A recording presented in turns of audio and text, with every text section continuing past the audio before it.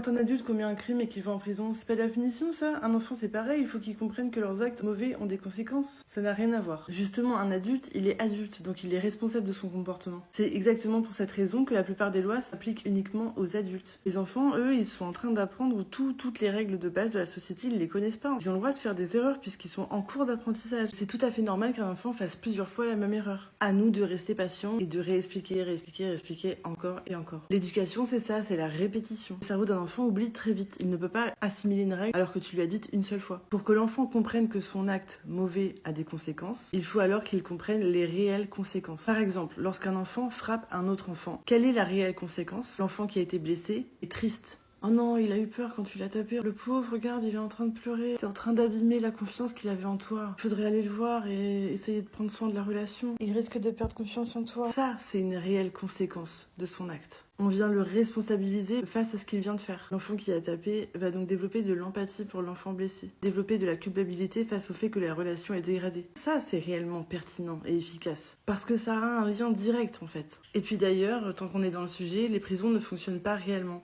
Sinon, il n'y aurait jamais de récidive en fait.